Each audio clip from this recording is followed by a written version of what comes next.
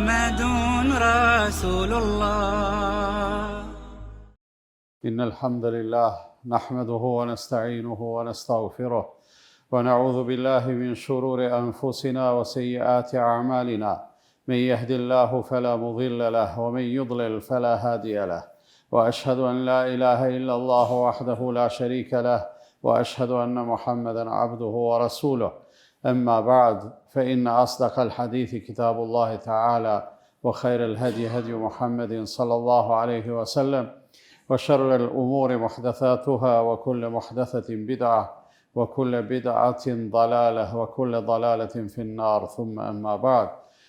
Falënderimet të takojnë Allahut të madhruar, atë e falenderojmë, prej tij ndihmë dhe falje kërkojmë, atë që udhëzon Allahu nuk ka kush që e humb, dhe atë që Allahu e lën në humbje nuk ka kush që e udhëzon. Dëshmojmë se nuk ka të adhuruar me të drejtë përveç Allahut, dhe dëshmojmë se Muhamedi sallallahu alaihi wasallam është robi dhe i dërguari i tij.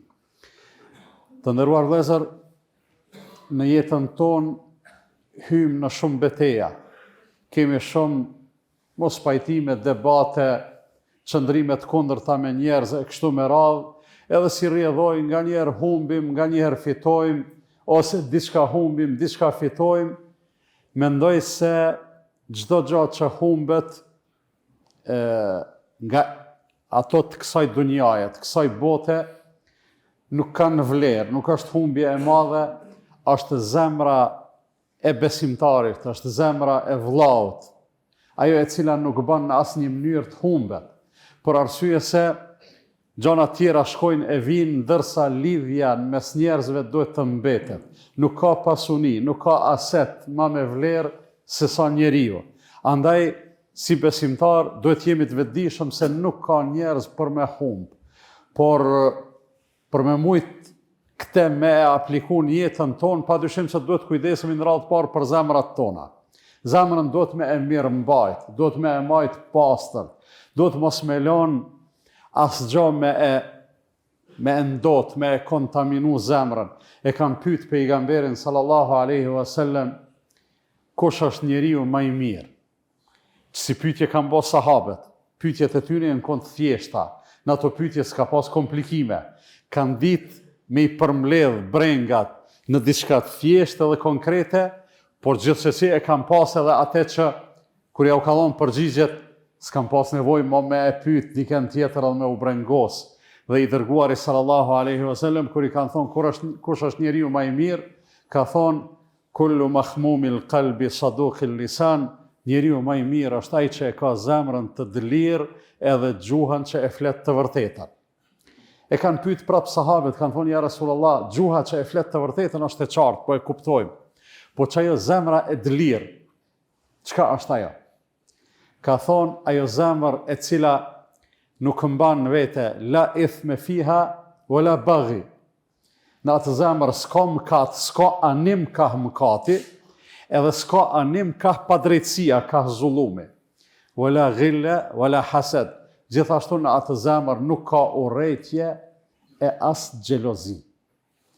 Nëse menojmë rreth këtyne 4 gjanave që i ka përmend pejgamberi sallallahu alaihi wasallam, për cilave duhet të pastrohet zemra, duhet të mirëmbahet zemra, e vrejmë se nëse arrim në zemrat tona me i pastru në këtë formë, atëherë s'ka dyshim se edhe ne do të bëhemi pikrisht ata njerëz të cilët i ka lavdu pejgamberi alayhi salatu wassalam.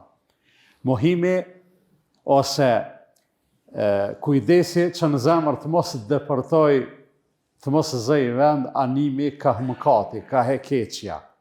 E keqja në përgjithësi. Fjala ithm që përmendet në këtë hadith, sikur se përmendet edhe në hadithe tjera, sikur se përmendet në ajetet e Kur'anit, ka të bëjë me çdo vepër për cilën Allah i madhruar nuk e don. Çdo vepër për cilën njeriu ngarkohet me përgjegjësi. Pastaj wala baghi, mohohet çdo anim ka zullumi edhe padrejtësia që i bëhet dikujt. Pra kujdesi që njeriu të jetë sa më korrekt në praktikën e tij dhe në veprat e tij. Por jo vetëm kaq, por pejgamberi sallallahu alaihi wasallam po na mëson që zemrën duhet me e mbajt pastërt edhe prej urrejtjes, edhe prej xhelozisë, hasedit. Urrejtja është jo vetëm mos me e dasht dikend, po me ja dëshiru të keqen. Tash ka mundësi njeri në jetën e tij të kësaj bote, mos me i dasht të gjithë njerëzit. Edhe nuk kërkohet realisht për arsye se zemra me gjithë atë i ka do filtra, nuk i pranon të gjithë. Po një njeri të cilin nuk e dan, nuk është patjetër me e urrejt. Se urrejtja është ngarkesë shumë e rëndë për zemrën e besimtarit. Nuk e ban zemra e besimtarit urrejtjen. Dikush mundet me thonë, po, jo ndo njerëz që bojnë kështu e, bojnë vepra të liga e të këqija e kështu me radhë. Na e urrejmë të keqen, i urrejmë veprat e liga, po s'është patjetër me e urrejt edhe atë që i bën veprat e liga për arsye se edhe ne potencialisht kishim mujt me kon çaj person.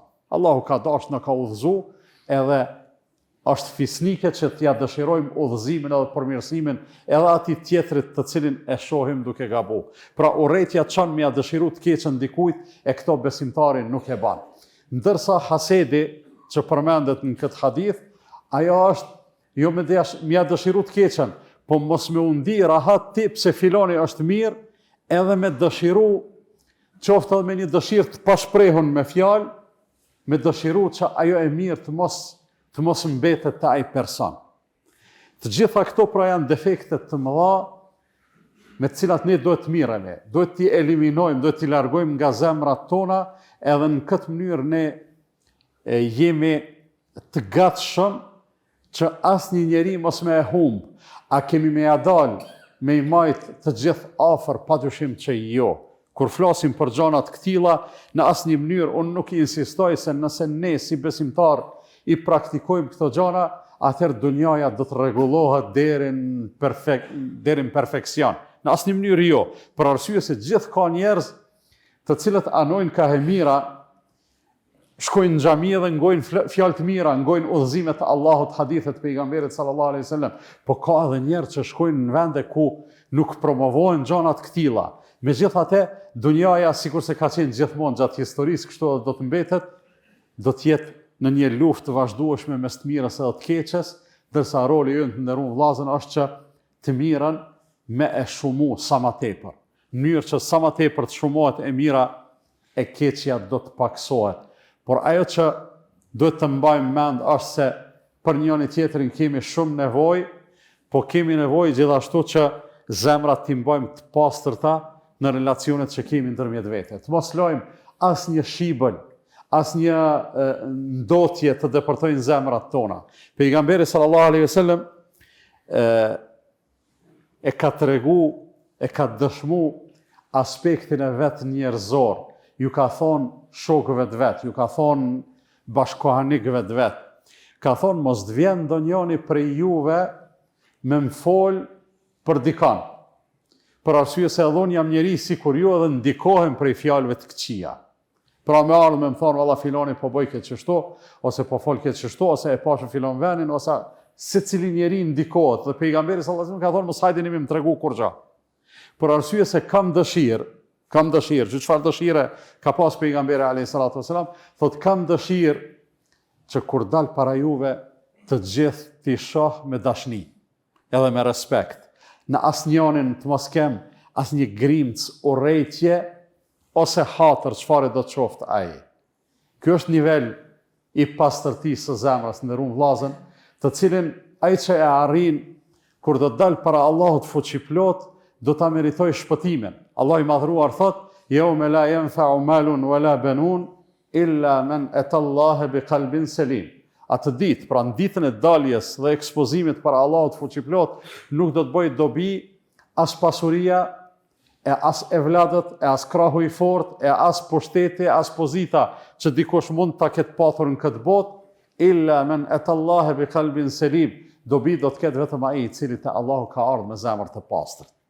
Me zemër të pastër për këtyre gjërave për të cilat po flasim. Për të arritur kjo, normal, duhet të kujdesemi edhe për praktikën tonë, edhe për sjelljet tona, edhe për mënyrën e të folunit, edhe për çehrën e fytyrës. Për arsye se të gjitha këto janë dëshmi e asaj çka njerëzit mbajnë në zemër. Pra është e paqëndrueshme ajo që disa njerëz pretendojnë bardhësinë e zemrës ose pastërtinë e zemrës, ndërsa veprat edhe çndrimet edhe fjalët e tyre nuk e dëshmojnë të njëjtën gjë. Thotë unë e kam zemrën e pastër. Edhe kjo është vetëm një dëshmi, vetëm një deklaratë madje, nuk është as dëshmi, mi aksyr krejt tjerat nuk janë përputhje me një zemër e cila realisht është e pastër. Kështu që ne duhet ta konfirmojmë këtë me të gjitha mënyrat e mundshme në jetën tonë. Nëse vllai jon ka nevojë për ndihmë, ne i dalim në ndihmë. Nëse e shohim duke bë keq, përpiqemi me e pengu nga e keqja. Pejgamberi alayhi salatu wasalam thotë: "Unsur akhaka zaliman aw madhluman." Vllaun tënd ndihmoje, qoftë ai duke bë zullum ose qoftë ai që i bëhet zullum. I kanë thonë: "Ja Rasulullah, na po e kuptojmë çysh me ndihmu nëse i bëhet zullum, me e pengu zullumin prej tij. Po nëse ai vetë është zullumçar, çysh me ndihmu?" Thot pengoj edhe atë nga zullumi, mos e lë me bë zullum. Mos e lë me bë keq. Po kjo gjithsesi nuk arritet me një hap, nuk arrihet me një fjalë, arrihet me durim, arrihet me këshilla të përzemërta dhe të sinqerta, arrihet mbi të gjitha duke i përzgjedh fjalët më të mira derisa komunikojmë me njëri tjetrin. Dietarët e hershëm të Islamit kur kanë thonë se kush është shok i mirë edhe vllai i mirë, mes tjerash kanë thonë vllai i mirë edhe shok i mirë është ai i cili kur ti rrin edhe shoqërohesh me te, ai thot i zgjedh fjalët që ka me i fol me ty, sikur se dikush i zgjedh frutat më të mira që i servohen për me i hangër.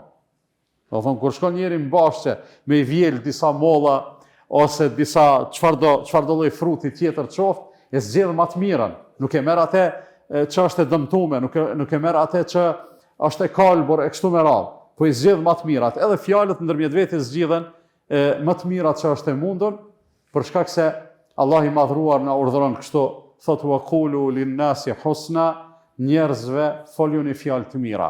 Ndërsa pejgamberi sallallahu alaihi wasallam këtë punë madje e lidh me vet imanin, me vet besimin e besimtarit, thotë men kana yu'minu billahi wal yawmil akhir falyakul khairan aw liyasmut, ai i cili e beson Allahun dhe botën e përtejme, ose le të flas mirë ose le të hesht. Ose le të flas mirë ose le të hesht, për arsye se mos kujdesin për zgjedhjen e fjalëve. Le të jetë ajo seriozisht ose për hajgare. E bën tjetrin me u ndi keq, tjetrin e lëndon. E pastaj hatërmbetjet e ndryshme, zemrimet, hidhrimet e ndryshme i kputin relacionet edhe njeriu mbetet pa vëlla, mbetet pa shok, mbetet pa mik, e kjo është ajo humbja e cila nuk duhet të lejojmë të na ndodh, ndërsa krejt ato humbje tjera, edhe nëse dikujt i doket se valla nëse heshti tash njerëzit kanë me mendu se jam i dobët. Le të marrim për dobësi, s'ka rëndësi. Allah i madhruar e merr këtë për diçka të vlefshme. Me rëndësi është mos me e humb tjetrin, edhe gjithmonë në relacionet tona ka me pas gabime funit se nuk jemi asnjëri prej neve të pagabueshëm, edhe nuk jemi me laçe. Edhe nëse arrim me i respektu këto fjalë, kemi nevojë për ndjesë edhe për falje, thot pejgamberi sallallahu alaihi wasallam: ma zada Allahu abdan bi afwin illa izza. Allah i madhruar një robi i cili është i gatshëm t'i falë tjerë, t'ja u bëj halal, t'i ndjej, ja shton krenarin, ja shton arsyen me kon krenar. Kur Allah i madhruar ja shton dikujt krenarin, edhe arsyen me kon krenar, do më thonë e ngrit. Dhe vazhdon hadithi thot: wa ma tawadha ahadun lillahi illa rafa'ahu Allah, edhe asnjëri nuk e zgjedh modestin për hir të Allahut e që të mos e ngrit Allahu i madhruar. Allahun e lusim që të na dhuroj gatishmëri për me i mbajtë zemrat pastër, të na dhuroj durim të mjaftueshëm edhe gatishmëri edhe për me i falë të tjerët, edhe për me u folë mirë, edhe për me u ndihmu. E them këtë që dëgjua dhe kërkoj falje për Allahut për vete edhe për ju, andaj ju kërkoni falje se Allah është falës dhe mëshirues.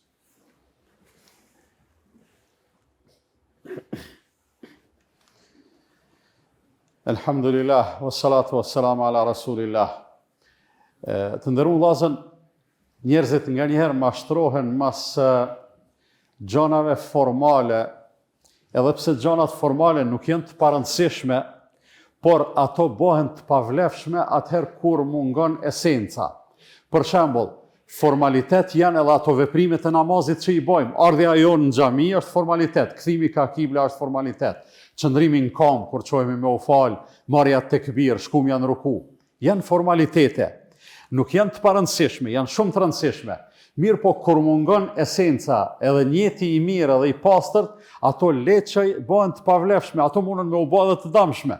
Për arsye se lëvizjet e caktume pa besim të mbrëmshëm llogariten hipokrizi. E njëjta gjë është edhe te sjelljet tona edhe te relacionet tona. Ato sjelljet e mira, ai kujdesi edhe edukata, qoftë në fjalë, qoftë në qasje, qoftë në veprime, duhet të burojë nga një lirësi e brendshme shpirtërore edhe e zemrës. Nga se vetëm këtë e shikon Allahu i madhruar. Thot pejgamberi sallallahu alaihi wasallam: Inna Allahe la yanzuru ila suwarikum wala ila ajsadikum, walakin yanzuru ila qulubikum wa a'malikum. Allahu nuk i shiqon pamjet e juja, as nuk i shiqon trupat e juj. Për çfarë arsye? Për arsye se funit edhe po ti shiqonte. Cili prej neve është meritor me u shpërbly, pse është i gjatë 1.75? Kur njani, pse? Për arsye se se kemi zgjedh. Cili prej neve është meritor me u shpërbly për një dukje të caktuar që e kemi? Asnjëri, për arsye se atë se kemi zgjedh. E për çka meritojmë pra të trajtohemi, e në mes tjerash me shpërblem edhe me rahmet? Për ato zemra të cilat i kemi mirëmbajt, edhe për ato vepra të cilat i bojmë. Pra Allahu nuk i shikon pamjet e jashtme, nuk i shikon pamjen fizike, i shikon zemrat edhe i shikon veprat. E derisa Allah i madhruar shikon në këto dy gjana, ne do të jemi shumë të vëmendshëm dhe të kujdesshëm që pikërisht këtu ta bojmë gjithë investimin ton në mënyrë që Allah i madhruar të shehë në neve atë që është mirë. Ne kujdesemi gjatë gjithë ditës, gjatë gjithë jetës sonë, që të dukemi sa më bukur, të vishemi bukur, të mbajmë aromë të mira dhe të këndshme e kështu me radhë. Nganjëherë veshim diçka që nuk është e domosdoshme, po thjesht veç me e shtu elegancën, këtu s'ka kur gjë të keqe, mirë po eleganca e shpirtit është ajo e cila na duhet më tepër. Eleganca e sjelljes, eleganca dhe kujdesi në mënyrën e të folunit, nga se pikërisht për këto Allah i madhruar jo vetëm që shpërblen, po nganjëherë për detaje të vogla njeriu mundet me fitu shumë, andaj pikërisht këtu duhet ta vendosim vëmendjen edhe kujdesin ton. Allah i madhruar na udhëzoft. Para se të përfundoj, e kemi një apel prej Bashkisë Islame të Kosovës. Sot në të gjitha xhamitë e Kosovës organizohet një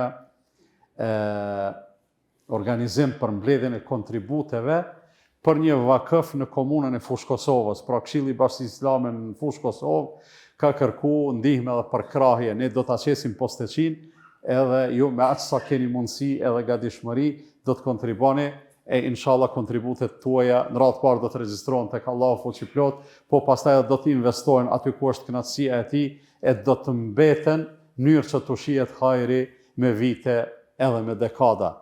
Inna Allaha wa malaikatahu yusalluna ala an-nabi ya ayyuhalladhina amanu sallu alayhi wa sallimu taslima.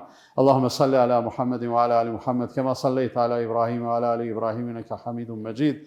Wa barik ala Muhammadin wa ala ali Muhammad kama barakta ala Ibrahim wa ala ali Ibrahim innaka fil alamin Hamidum Majid. اللهم أعز الإسلام والمسلمين وأذل الشرك والمشركين وانصر من نصر الدين واخذل من خذل المسلمين. اللهم من أرادنا والإسلام والمسلمين بسوء فرد سوءه وكيده على نحره وأشغله بنفسه واجعل تدبيره تدميره يا رب العالمين. اللهم ردنا والمسلمين جميعا إلى الإسلام ردا جميلا. اللهم آت نفوسنا تقواها وزكاها أنت خير من زكاها أنت وليها ومولاها. عباد الله إن الله يأمر بالعدل والإحسان وإيتاء ذي القربى وينهى عن الفحشاء والمنكر والبغي يعظكم لعلكم تذكرون وأقم الصلاة. لا إله إلا الله لا إله إلا الله لا إله إلا الله محمد رسول الله.